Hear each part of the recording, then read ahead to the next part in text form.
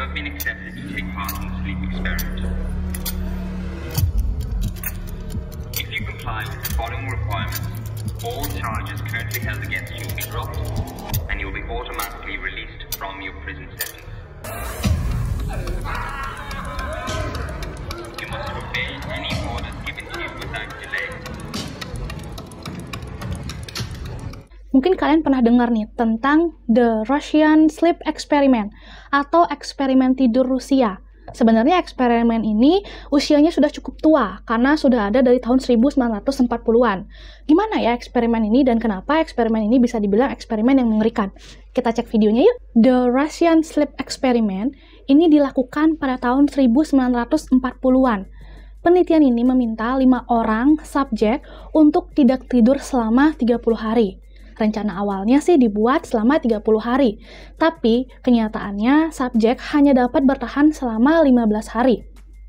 Pada penelitian ini menggunakan sebuah gas simultan eksperimental.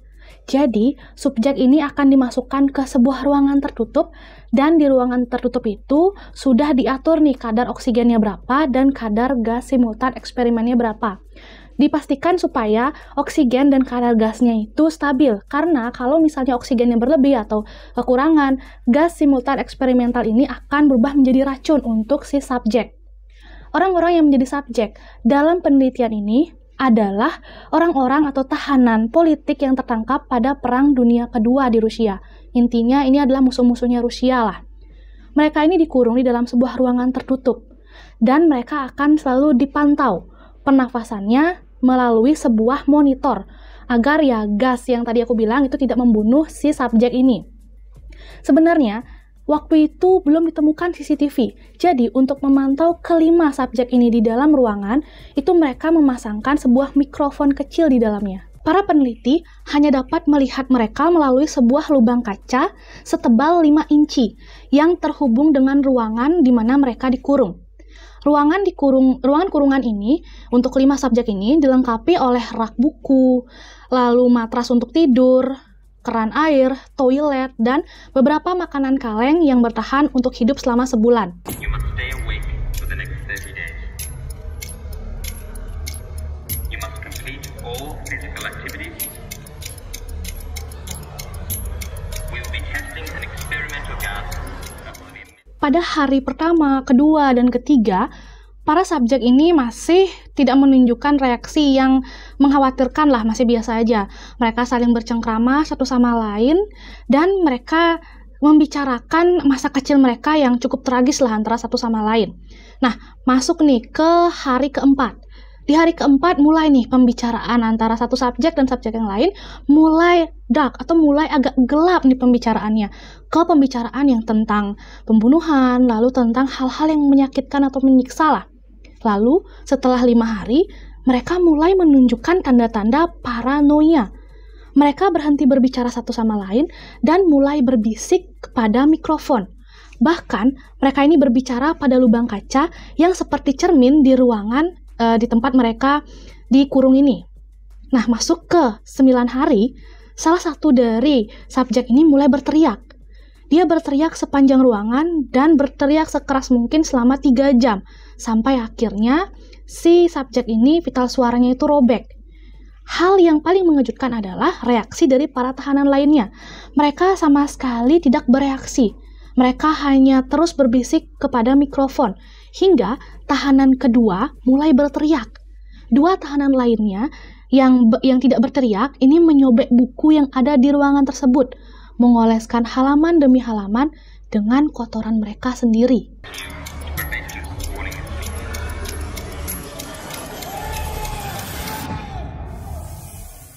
Lalu, setelah 12 hari, para peneliti memeriksa mikrofon setiap jam untuk memastikan bahwa mikrofon ini masih bekerja.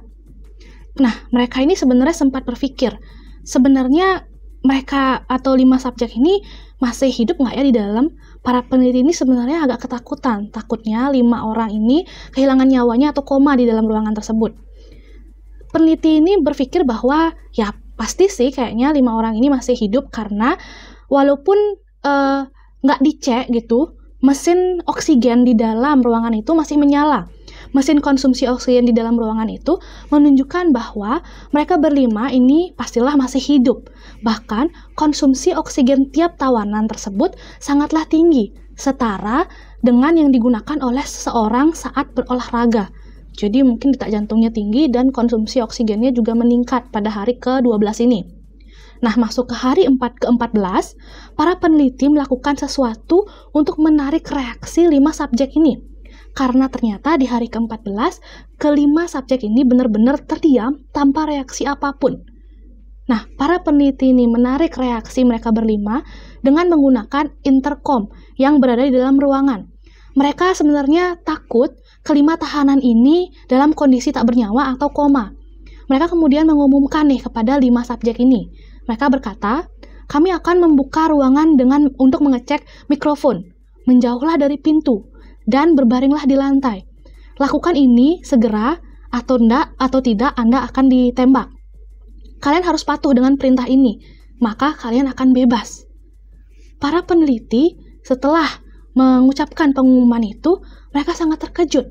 Mereka mendengar sebuah suara dengan tenang menjawab, kami tak lagi mau bebas. Karena para peneliti udah nggak mampu lagi untuk mengundang respon 5 subjek ini melalui intercom, akhirnya mereka memutuskan untuk membuka kamar tahanan pada hari ke-15 di tengah malam. Terdapat 3 suara berbeda memohon dengan nyawa yang mereka cintai agar gas kembali dinyalakan. Karena pada saat peneliti ini membuka pintu tahanan, gas yang disemprotkan ke ruangan tersebut itu dimatikan. Nah, pada saat dimatikan inilah 3 orang di dalam ruangan itu memohon agar tetap dinyalakan si gas tersebut.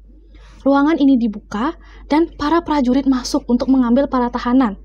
Seketika nih, pada saat prajurit itu masuk dan ingin mengambil para tahanan, subjek semua yang ada di dalam ruangan itu menjerit dan jeritan mereka lebih kuat daripada sebelumnya.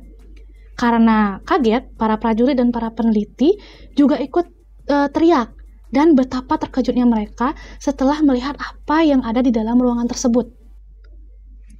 4 dari 5 subjek masih bernyawa, walaupun tidak bisa benar-benar dipastikan bahwa mereka dalam keadaan hidup. Makanan yang disediakan untuk mereka dalam 5 hari itu udah nggak dimakan lagi. Jadi cuma dari hari pertama sampai hari ke-5 aja mereka nyentuh makanan kalian itu. Mereka terlihat sedang memakan daging dari subjek yang sudah meninggal. Sisa-sisa tubuh yang tertinggal itu seperti kepala dan dada, menyumbat saluran air yang ada di ruangan tersebut. Jadi, saluran air ini tersumbat dan menyebabkan genangan air setinggi 4 inci membanjiri ruangan ini. Genangan air beracun karena darah yang entah darah siapa itu sudah lama terendam di air setinggi 4 inci itu. Seluruh subjek yang masih hidup itu diselamatkan dan dibawa keluar ruangan itulah intinya. Di sini para peneliti juga melihat di masing-masing kuku mereka itu terdapat sisa-sisa daging yang masih menancap. Dan tubuh para subjek itu juga seperti tercabik-cabik dan tercakar. Dan ternyata yang mencakar tubuh masing-masing subjek itu adalah diri mereka sendiri.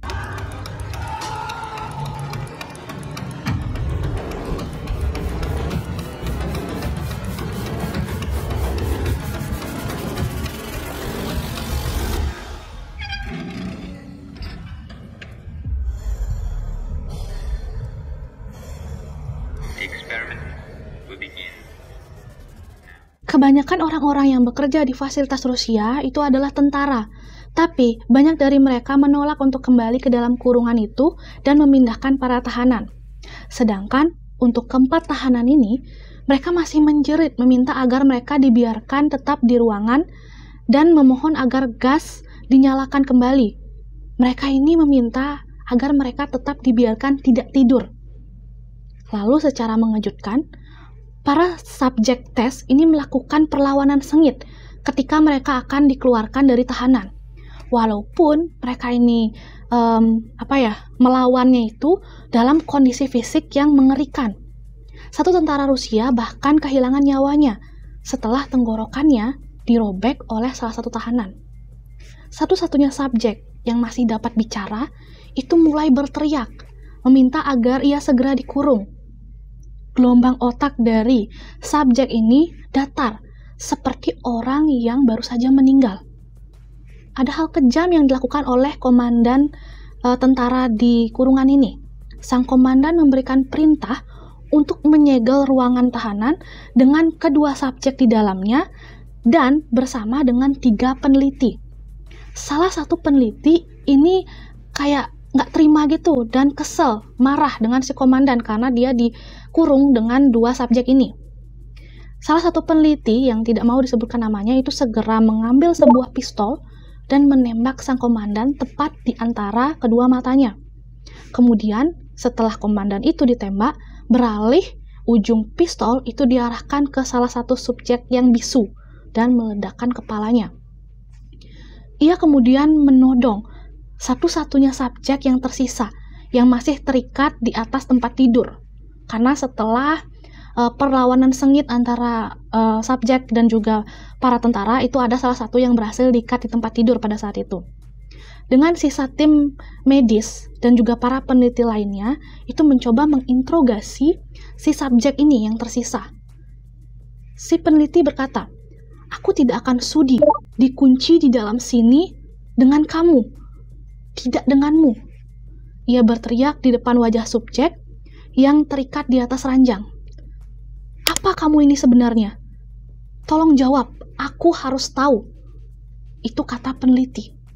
Lalu dengan santainya, sang subjek tersenyum ke depan wajah sang peneliti. Si subjek berkata, "Sudahkah kau lupa dengan begitu mudahnya?" Sang subjek bertanya dengan suara hampir menggeram, seakan menahan tawa. "Kami adalah kamu. Kami adalah kegilaan yang mengintai di dalam kalian. Mengiba untuk dibebaskan pada setiap kesempatan, menunggu agar kalian kembali menjadi hewan. Kami adalah apa yang kalian sembunyikan dalam tidur kalian setiap malam. Kami adalah apa yang kalian bius di dalam keheningan dan kelumpuhan ketika kalian terlelap dalam mimpi indah kalian, di mana kami tak bisa bangkit." Itu kata-kata dari sang subjek terakhir. Mendengar kata-kata itu, sang peneliti berhenti. Ia langsung mengambil pistolnya dan membidik ke arah jantung sang subjek, lalu menembaknya. Gelombang otak si subjek langsung datar ketika sang subjek perlahan tersedak oleh darahnya sendiri sambil berkata, "Kami akan bebas." Wow. Walaupun cerita tentang eksperimen Rusia tadi itu sangat mengerikan, tapi bisa aja cerita mengerikan ini kemungkinan hanya karangan dari seorang anonim yang membagikan ceritanya di dark web. Karena belum ada yang tahu apakah eksperimen ini nyata atau hanya sekedar cerita belaka.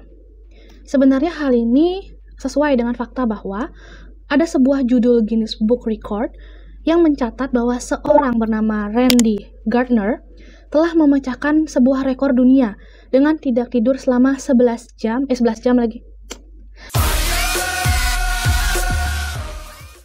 selama 11 hari 25 menit. Randy Gardner menceritakan pengalamannya dan perasaannya ketika tidak tidur selama itu. Ia mengatakan bahwa dirinya mengalami perubahan suasana hati, lalu masalah ingatan, sulit fokus, dan yang paling parah itu paranoid dan halusinasi. Setelah percobaan gila ini, Gardner ini akhirnya memutuskan untuk memeriksakan kesehatannya ke rumah sakit, lalu kemudian tidur selama 14 jam. This is Randy Gardner, and this is the curious case of the man who volunteered to go without sleep for the longest time. It seems like a very long time ago. And I really, for years and years, just kind of hibernated. I don't know why I agreed to talk to you. I want to start off by saying, please do not do this at home. It's just not advisable. Randy Gardner recruited 2 friends to help keep him awake, Bruce McAllister and Joe Marciano. They attempted the record-breaking time to go sleepless as their submission for the 10th annual Greater San Diego Science Fair. Sebenarnya pelajaran dari eksperimen ini atau pelajaran dari Randy Gardner yang gila itu adalah bahwa tidur itu sangat penting buat kita. Walaupun tubuh di luar kita ini terlihat baik-baik saja, tapi belum tentu dengan organ dalam tubuh kita.